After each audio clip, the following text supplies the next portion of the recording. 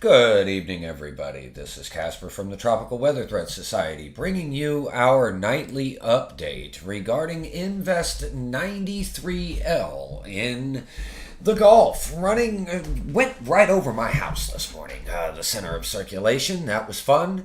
We've had some sporadic little showers and just kind of moved through today. Really nothing too impactful up here as far as the Florida Panhandle is concerned. In and around the Tallahassee region. Taking a look across the basin, we do have obviously our highlighted area of interest here in the Gulf. And I would like to draw your attention to, well, as soon as we get this update in, of course, I've got the auto refresh on. And we'll try this one more time. Would like to bring your attention to this wave that is getting ready to exit the African mainland. Keep that in mind. We'll talk about that here in a little bit. Okay, getting a zoomed in look on the Gulf. Now, we've had the low pressure center this morning. It made landfall yesterday here around St. Augustine, kind of crawled up this way, crawled up this way, crawled over this way, and is now kind of broadened out in this region right here. It's awfully wide now. It's not a very tight, cohesive little circulation anymore. And that's going to pose a couple different little scenarios as we continue to go forward. We could still see the rotation in the pocket there, but it is elongated. The question is this going to develop a new low-level center? And that we don't know yet. So right now, we're still at a 40% chance of development over the next, it's not 7 days. It's going to be, by Friday, this is going to be pretty much over and done with. But it is going to slow down when it gets over here towards Louisiana. It's going to pull the brakes, and that's going to lead to some pretty significant rainfalls. From the Weather Prediction Center, the 18Z run here, as you can see, this is over the next 36 hours. We're looking at quite a bit of rainfall. Now, the bullseyes do have it more offshore than onshore, but some of these coastal areas and down here into the bayous could be seeing some isolated amounts that are going to be pretty considerable. By the time we get to the 48-hour mark, we notice that Lake Charles is looking at 4.7 inches. So it seems that the Weather Prediction Center has drugged this off just a little bit more to the west today compared to what we seen yesterday with more of a Baton Rouge area kind of in the bullseye. And as we continue to run this forward, we run it through the 72-hour mark, and this will get us through pretty much the tropical event itself. Maybe getting a little bit of rain into the Beaumont, Texas area as well.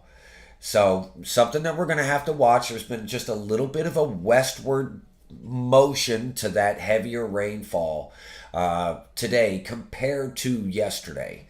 Now, if we compare that with the model blend from NOAA, keep in mind that these values are usually smoothed a little bit, but we've got 3.9 for Lake Charles area with the same bullseyes from the WPC as we could see there. Very similar. Okay, now some of the rainfall totals might be a little less. I'm definitely going to roll with this one. This is the one, this is the Weather Prediction Center, this is adding in. This is just the blend of the models. That's all it is. So, that being said, right now for a day one, we have excessive rainfall all around the Gulf Coast and a slight risk right here into southeastern portions of Louisiana. Now, we've got some craziness going on up north. And tomorrow, I'm very concerned for flooding. And I don't normally jump out of the tropics, but I have to with this because this just screams linear flow, training thunderstorms, flash flooding. It's in a line. And that just screams all storms are going to be moving east to west, rolling over the same spots. At the same time, if you notice now, we have Alabama, Mississippi, and Louisiana all into a slight risk here, the coastal regions and southern parts. for excessive rainfall. This is tomorrow. If you guys have any folks up here in these slight regions, just let them know, hey, be weather aware, folks in Kentucky, Missouri, southern Illinois, southern Indiana, getting into West Virginia. Even these marginal risk areas are definitely not out of the woods. But this slight risk and the way that this is oriented, it's kind of concerning. And it's definitely going to be some linear flow of training thunderstorms. Day 3. Now this is where we really get into some significant concerns for flash flooding down here into portions of Louisiana and getting into parts of eastern Texas and southern Mississippi as well.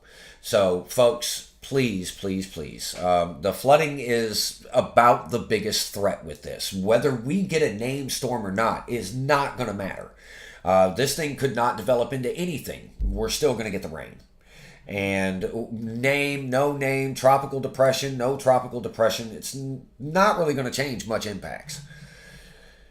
Okay, right now we have currently a mesoscale precipitation discussion for portions of the western panhandle getting into southern Alabama, coastal Alabama, Mobile, coastal Mississippi down here, and the New Orleans and southeastern portions of Louisiana. This is in effect until 1:30 Z, which will be 9:30 Eastern, 8:30 Central Time. I would expect another one, with the way that the radar looks, I would expect another one to be issued following this. But in summary, it's basically telling us that it's going to rain and flash flooding is considered possible. And like they say right here, further issuances overnight. Oh, sorry about that. Further issuances overnight are possible. You can almost guarantee that it's going to happen. And you can see the little low right here on the very edge of the screen, basically around the Fort Walton Beach area as far as when it was 4:20 p.m. We can check and see if there's any more. Nope, that was the wrong one. No, that is currently the only one. We have 4 other mesoscale precipitation discussions, and it is up here into Pennsylvania, Ohio, Michigan, and Wisconsin. I know there's been a PDS over there earlier today with a tornado. That's no good. There's a tsunami warning for Alaska right now. We'll get into that here in a moment. As we could see, though, from the University of Wisconsin, our 925 millibar vorticity, our 850, kind of in the same area, but elongated. You notice it's not symmetrical. It's kind of shaped in an oval.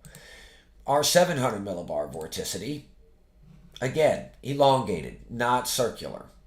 500 millibar vorticity is not even involved. It is way off to the west over here. And this is what we're going to have to watch for to see if the area of vorticity here, if we can't get anything else to develop down here. Right now it doesn't look like it, but that's going to be the best chance for it to get its act together. Now, one thing that I do want to show, and I've noticed a lot of people today discussing this online when I had the opportunity to look at it. These are our lower level winds, okay? And we've had a shear component being added to this storm with these lower level winds due to the high pressure that is located out here. The clockwise flow around that has been driving the low-level circulation into and up onto land here into the northern portions of the Gulf Coast. As this storm continues to move west, it is leaving more of the influence of this high pressure. So you're not getting these stronger winds coming out of the southeast anymore. And that could allow for the potential for development right in that region that I just circled. Now, could it be too close to land and land interactions mess with it? Yes, absolutely. Our upper level winds, as you can see, there is a steady flow of upper level winds coming from east to west. Well, the storm itself is moving from east to west, so it reduces the overall shear values. If you do not have that flow coming out of the southeast, the shear again reduces in values. So over the next 24, 48 hours, it's going to be its best opportunity if it develops into anything at all. All right, taking a look at Earth Null, as we can see, I've got this on the now, and this is surface. And now I'll even go up to the 1000 millibar. We see it's not really a tight circulation at all. All right, and granted, we only use Earth Null for reference. But if we come up to the 850, we get a little bit of a semblance of something, but it is very, very elongated, very troughed out right now. And the mid-level is sheared out over here to the left compared to where everything else is. So this is not a cohesive tropical cyclone at all. The one thing that I will note is that here we've got a lot of rising air associated with right underneath where that mid-level is. So it's just something that we're going to have to watch to see if any other area of vorticity can develop. Now, I'm going to switch this over to the radar before I get into the actual forecast, because there's something that I want to discuss. And I'm probably going to be about the only person that's going to discuss this. So what we saw with the remnants of Barry and the flooding in Texas, with Tropical Storm Chantal and the overnight flooding in North Carolina, there's one thing that I want to bring to everybody's attention here tonight, and that is the overnight hours tonight. Now, granted, we do not have any kind of cohesive, circulation, tight surface low at this moment. But we're dealing with a tropical air mass. During the overnight hours and its diurnal minimum hours, when the sun has been down and gone for the longest point, okay, during the early hours of the overnight, like early morning, 3, 4, 5, 6 a.m., before the sun comes up, we could see a rather significant increase in rainfall. And that is due to the diurnal minimum, and I would be very cautious through the overnight hours tonight, especially if you're in an area that is currently in a flood watch. And I could pull those up as well. Let me jump back over to the browser. We'll pull up the flood watches here. National Weather Service. As you can see, we do have flood watches issued for the coastal regions down here into coastal Mississippi and into southern portions of Louisiana. We'll go to our flood watch right there. If you click on that, obviously it'll pull everything up. This one is for Wisconsin. It pulls all of them up. And this one is for Maryland. Seems, yep, Washington, D.C. is under a flood watch. This is Virginia. Here's our New Orleans. And now, as you can take a look, the New Orleans National Weather Service Office, all of these locations are under a flood watch, which means most likely you, if you are watching from Louisiana. Now, this is through late Friday night. We're going to be dealing with some significant rainfalls.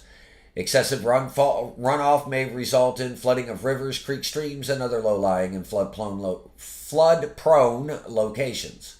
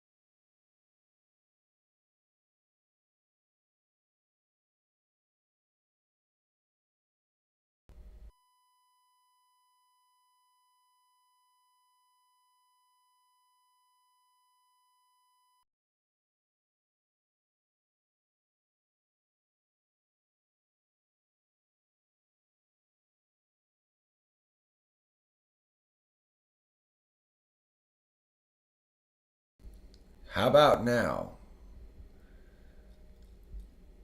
Should we have voice now? Oh, Lord. And there's no telling when you guys said that. I was in download mode.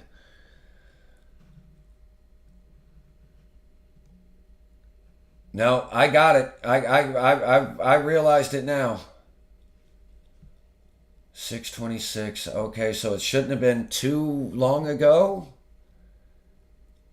Have you guys got me?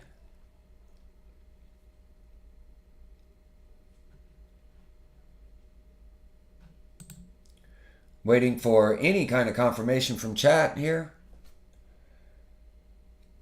Somebody, anybody?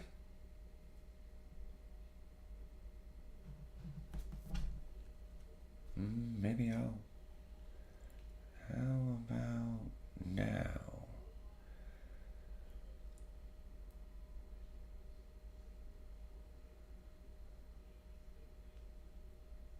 I do apologize for not looking.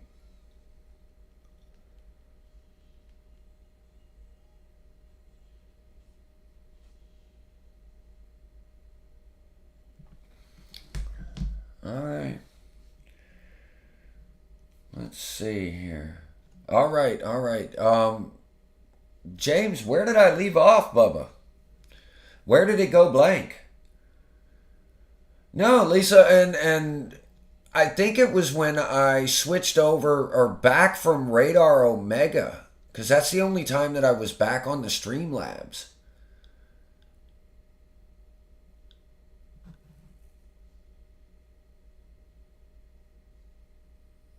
Huh. Well, that's terrible. I'll have to get my IT daughter out here this weekend and see if she can figure things out for me. Because she knows how this thing works. Dad just turns it on and does what Dad's supposed to do. And when it comes to all the intricate things with the computer, that's not, that's not me. All right, if anybody's got any questions, just to kind of go over what I went, not knowing when that, it was when you came back from Omega. Okay. So that would have been, oh God. Was anybody able to hear me when it came to the ensembles?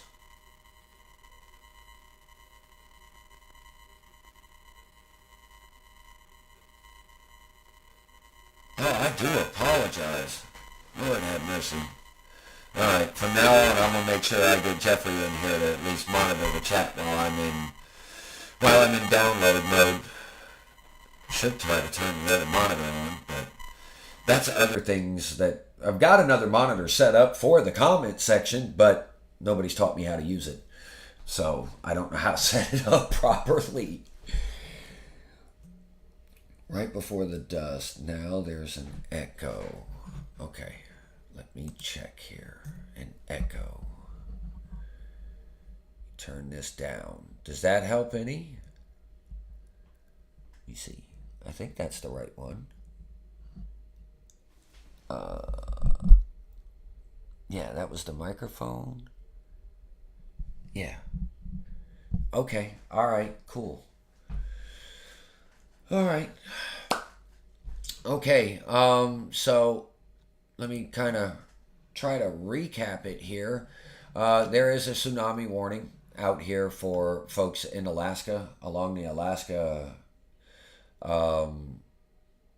Yeah, I think it is too. There, James. I really do. There is a tsunami warning for folks up here in Alaska. We've had 6 messages. Started at, as you can see, depth 22 kilometers, magnitude 7.2. It's a situation, no doubt about it.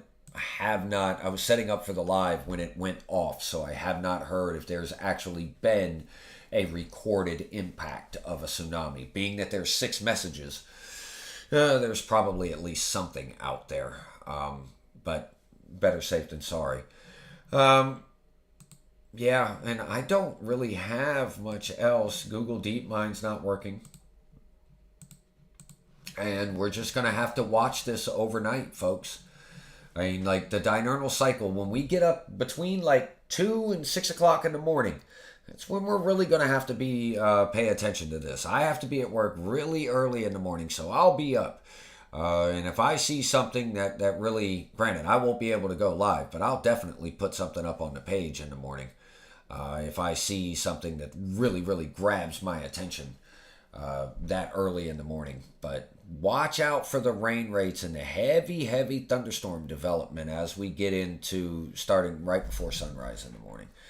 That concerns me. I just watched it with the remnants of Barry over there in Texas that caused all that tragic flooding with all them poor children being caught up and all them families and everything. That was an absolute nightmare. And then the flooding that we incurred up there into North Carolina. There's a lot of areas right now that have saturated soils, so we've got to be very vigilant about our message for flooding. And folks, if you plan on going out to the beach and you're in along the eastern part of the Gulf, watch out for rip currents. I mean, it's not really going to be the best beach days. I mean, you're going to have intermittent showers and thunderstorms all over the place, but still, if you plan on getting out there into the water, make sure you pay attention to the rip currents. We don't need any statistics. So, all right, everybody, I'm going to go ahead and shut it down here this evening. I do apologize again for any of the audio difficulties. I'll make sure that I try to check in on that, after I get off the live here and get some feedback from the team and our post-live conference call and stuff like that and see if I can't figure out a better solution to that going forward. And if not, I will get a hold of Kylie here tonight and see what she's got to say. Maybe she can walk me through something. So have a wonderful evening, everybody. We'll be live again tomorrow night, I'm pretty sure. Regardless, even if they drop the development percentages down below 40, I'll still go live tomorrow night just to kind of check in with everybody, make sure everybody's up to date, okay, and doing good. So have a wonderful evening, everybody, and we'll talk to you tomorrow night. Bye.